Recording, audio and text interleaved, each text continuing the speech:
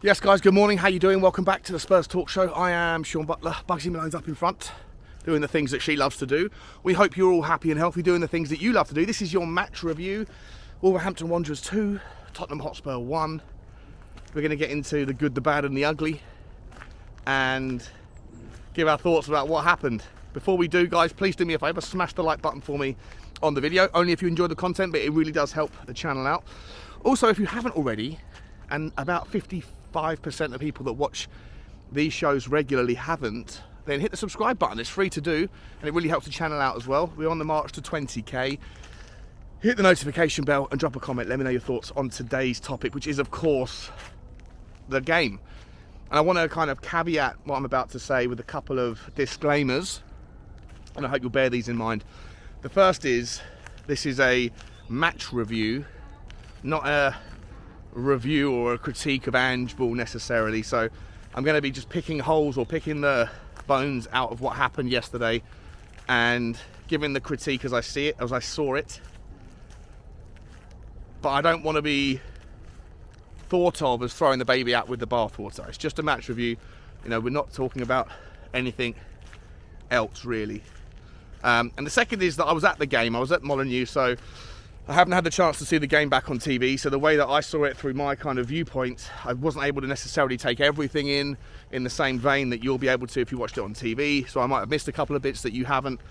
But I also would have seen a few bits that you probably didn't, that weren't necessarily caught on the camera as well. So a different perspective. But yeah, look, guys, it wasn't good. It wasn't good. I thought, you know, I spoke on Friday about Bugsy chasing squirrels, and when the opportunity was there, was she going to grasp it with both hands? And I think that yesterday was a chance for some people to step up. Yesterday was a chance where some new blood, some new faces could come in and steal a march on those that are missing, and hopefully, you know, level up and really seize the moment. And it didn't happen. And I think it was also a chance for Tottenham, who I believe this season have relied so much on the defensive stability of Romero, Van der Ven, Udogie and Porro, and there's been, you know, not enough weight pulling from the wide areas at the top end of the pitch. And I was hoping that those guys would step up and be the difference against the Wolves team that, you know, are... Gary O'Neill's done a very, very good job. He's got some wonderful performances out of them. They've got some really talented, technically gifted players. And at home, they're a good match for anybody. And they've beaten teams like Manchester City there this season. So it was never going to be easy. I don't think any game in the Premier League is easy. And of course, I say all these things knowing that Tottenham are without 4 or 5 of their first teamers.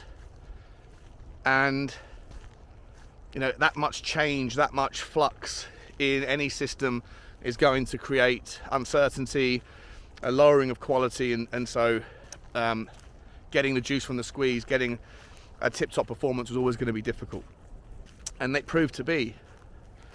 Absent the first sort of 10-15 minutes where I thought Tottenham were on top, and got a good goal out of Brennan Johnson, who made a really good move to the, you know, from the back, from the left into the goal, and was on the end of a really brilliantly delicious low cross, low hit drive from Pedro Porro, who had received the ball from some good work from Dejan Kulusevski. So we started well, like we did against Chelsea. Everything looked like it was going well, and it was a relief, you know, like, oh wow, we're ahead in the game. But pretty soon after that, much like against Chelsea, the initial effort, the initial appetite for, or desire, kind of fell away and allowed the opposition to get straight back into the game. And I'll be honest, I don't think we dominated particularly any period in that game after that first 10-15 minutes. I think Wolves, on another day, much like Chelsea, were wasteful and could have, on another day, been 2 or 3 goals to the good before the 90th minute when they finally got their reward. I'll say it right now, I don't think Tottenham deserved to win the game. I was sort of describing it in the stands as a sort of smash and grab almost. As we were approaching the 90th minute, I was praying that we could find a way to just hold on, get back to London, to the training ground, and figure out how to get more from the players, from the team, over the course of 90 minutes. And I think that's a problem for me, guys. One of the sort of takeaways before we get into the individual stuff is the fitness levels seem to be a concern. I was watching Brennan Johnson in the second half, just before he sat down because he had cramp or he was injured. He looked absolutely shattered from the 45th minute. And you might not have necessarily seen that if you're looking on TV, but he was right in front of us in the second half. I couldn't really see what he was doing in the first half. It was the other side, another end of the pitch. But second half, he was right in front of us. And he was walking around, jogging back, didn't get back and help out Emerson Royale at all. When the ball was with the defence, with like Dawson, for example, he was just walking around, jogging. He just didn't look like he was interested. And when the ball finally got to him, he looked to get rid of it as soon as he received it. So I don't know if he was nursing an injury or whether his fitness levels weren't there, but I'd say the same thing for most of them. Sonny looked, out on his feet after 50 minutes. Yves Bissouma looked like he was gassed after about 20 minutes. Didn't turn up. And I don't know if that's the impact of what happened on Monday night, playing Monday evening and then playing Saturday morning. Obviously Monday there was 9 men, so you had to kind of go after it. But Brennan Johnson wasn't playing for the full 90 minutes on Monday night. And it kind of leaves question marks to me whether or not there's enough fitness work going on the training ground, because other teams have to play twice a week. And we look absolutely shattered by about the hour mark, playing once a week. I don't know, just an observation. Let me know your thoughts. In terms of the good, like the plaudits, the positives, I said after the game, I thought Eric Dyer and Ben Davies were the best players for Tottenham. I still stand by Ben Davies being the best player for Tottenham. At the time, I hadn't seen, because of the angle and where we were sat, I couldn't see who was responsible for the 2 goals. I've subsequently seen the highlights, and obviously it does look like Eric Dyer carries a bit of the can for those 2 issues that we faced at the end. So I'll take away the points for Eric Dyer. But apart from that, those moments, I did think Eric Dyer did okay during the game. I thought Pedro Porro won everything in the air. I think it was really good clearing corners from the near post. Most of the balls that were put aerially over into his area, he won, which is good considering he's a little guy. And I thought he tried his best to get forward, and I thought the cross he put for the opening goal in 3 minutes was a fantastic way to start the game. So I'll give him some plaudits. But ultimately, defensively, he and Emerson Royale were exposed from some very clever tactics from Gary O'Neill. The way he pushed Dawson up into the kind of midfield to help control the midfield battle, which allowed then the wing-backs of Wolves to basically hug the touchline and create so much width. It was very easy for Wolves to spray passes left and right with their technically gifted midfielders and spread the game. And when Tottenham were caught out because of the inversion, it gave Wolves so many opportunities to then whip the ball in. And as I say, if Wolves had been better with their finishing, they could have scored a few more goals. And that leaves me to wonder, I'll be honest, whether or not, is that just something that was noticeable now? But I also think that before the game changed at Chelsea were also sort of employing the similar sort of tactic. You go back a few games and you've seen a similar thing, and I wonder whether or not... Look, I'll be honest, again, not trying to critique or criticise Ange Ball. I love Ange Ball. I'm very much on board with the project, and I'm very much cognizant of the fact that the circumstances that Tottenham find themselves in right now are very tricky, and we're going to have to take the rough with the smooth, expect and accept the situation that we find ourselves in, and just hope for the best, prepare for the worst.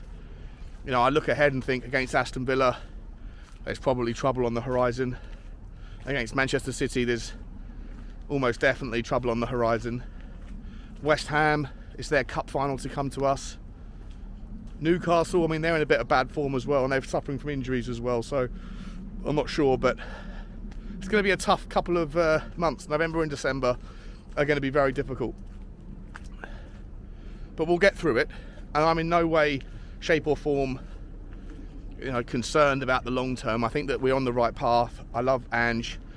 I love Big Ange. But as I say, you've got to be able to talk honestly and voice or express your concerns as you see them. And for me, I just wonder whether or not, when you bake into the fact that I think our best football was seen in the first 5 or 6 games of the season, and I think we're not as good in the last 6 games as we were in the first 6, and I wonder whether that is because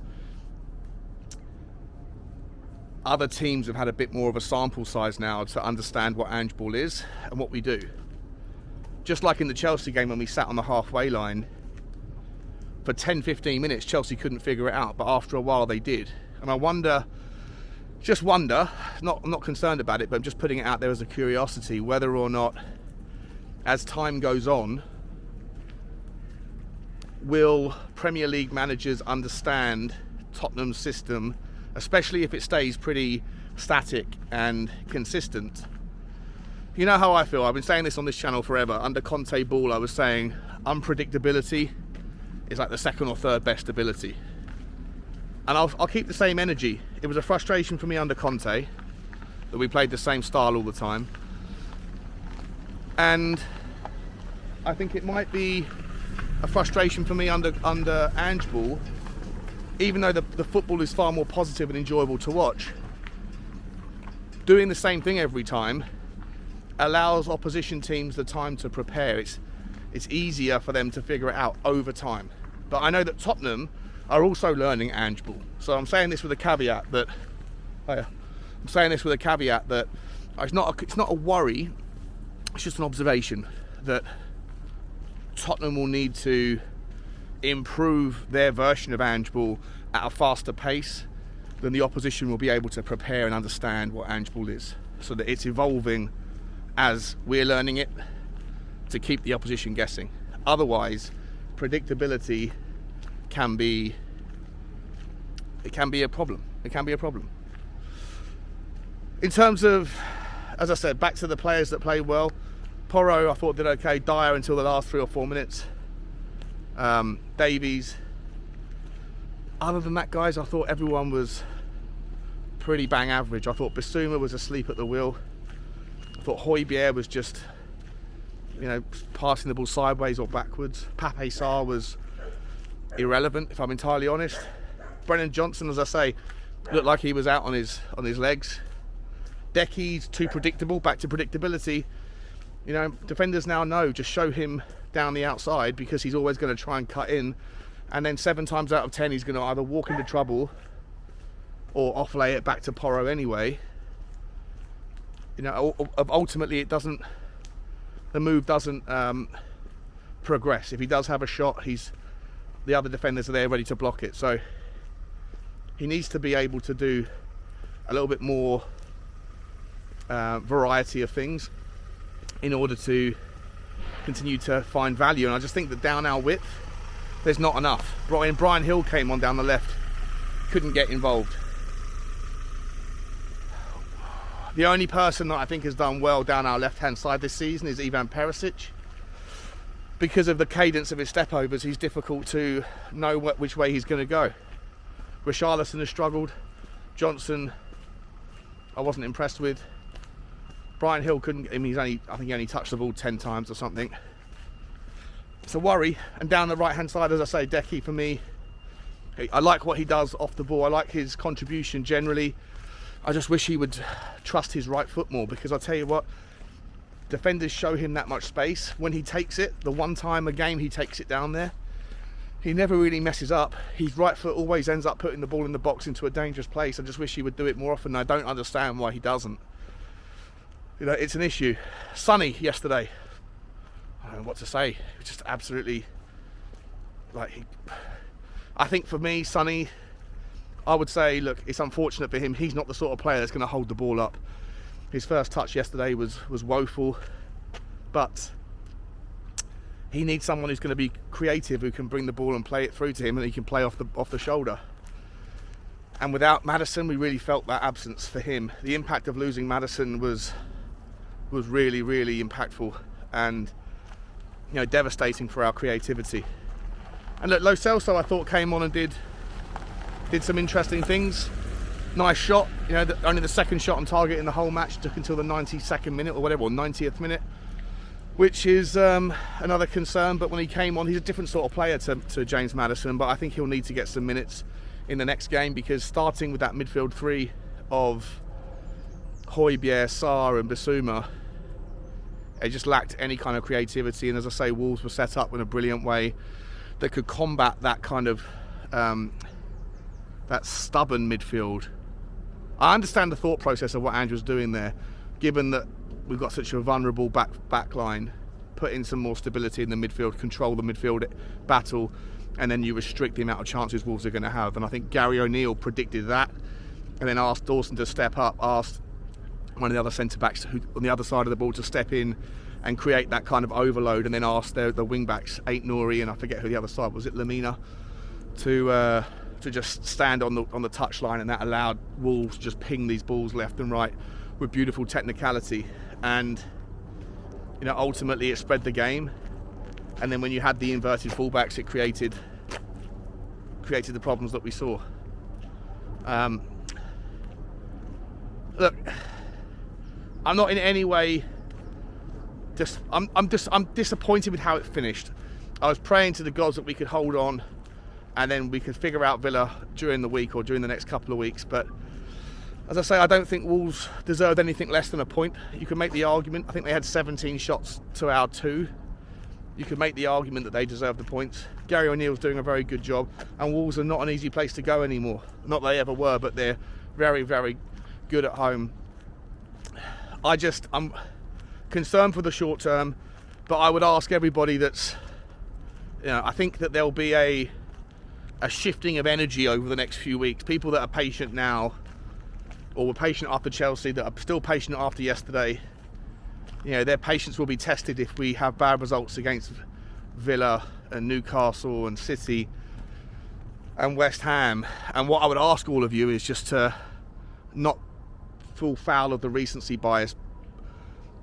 Buy into the process. The project is very, very nuanced, and it's incredibly early. And we're going to have to just ride through this. And hopefully by January, Daniel Levy can step up and buy a couple of players that are going to really help with the creativity and also the sort of stability at the back.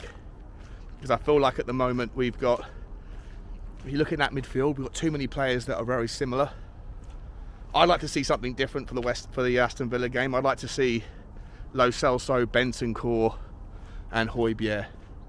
A little bit more balance, a little bit more someone who can play the 6, someone who can actually offer at least some creativity at the top end. And I think I'd like to see Brian Hill start on the left and Brennan Johnson on the right. I'd like to see something different, because, as I say, right now it all feels quite predictable, and that's not ideal. But I'm going to take the bitter with the better. I'm disappointed with how it finished. I'm disappointed that the guys couldn't step up. People like Bissouma and Sarr and Sonny, I think that they had bad games yesterday, and you needed them to kind of find something within them, to a touch of magic here or a little dabble of brilliance there, but it wasn't to be. We're still third, and we might be fourth by the end of the day, but we are still in a very healthy position, and considering we're only 12 weeks into a long-term project, I think we're well ahead of expectations, and we all would have taken this spot 3 months ago. So let's not lose sight of perspective. Let's tolerate the kind of volatility that's going to come and the probable disappointments, and bake it all into your conscience, because what I don't want to see is a pendulum swing towards negativity or overemphasis on the bad in the overall 30,000 or 10,000 foot view. It's okay to critique, in my opinion, the performances on any individual game, but that's what we have to do in a match review. But in the kind of the bigger picture, I think Tottenham are still in a very healthy, interesting place. And January will be here before we know it. And then hopefully Daniel Levy and the new scouting team can go out there and find some gems that are going to fit the specificities of what we're looking for in this very unique system. The only thing I would like to see is a little bit less predictability from individual performances. And I don't know if the fitness is a concern for you, but I'm starting to see too many people blowing chunks too early in the game for a team that's only playing once a week. Let me know if you noticed the same. Let me know if you thought anybody that I've said that I thought played okay was actually terrible. And let me know if you thought anybody that I said played terribly was actually pretty good. As I say, it's difficult to see everything from the perspective of the corner flag, which is where I was stood. Anyway, guys, we go again. We move. I'm still in love with Big Ange. I'm still in love with Tottenham. And I'll see you on Tottenham Takes tonight at 7 o'clock. Like, subscribe and comment. And as always, bye-bye.